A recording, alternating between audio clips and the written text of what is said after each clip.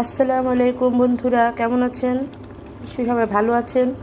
আমি আজকে পাটের শাক রান্না করব, মুসুরি ডাল দিয়ে, নাগামরিচ দিয়ে রান্না করব।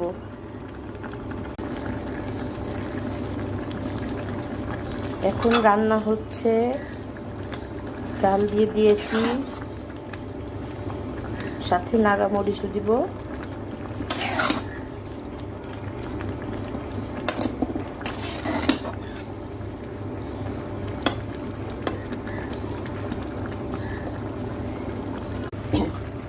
এখন আমি নাগামরিচটা একটু কেটে দিয়ে দেবো, একটু একটু করে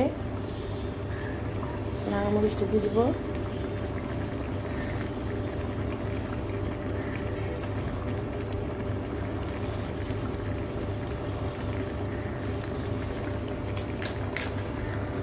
এখন আমার রান্না কমপ্লিট, আমি বড় ভাবিকে খাওয়াবো।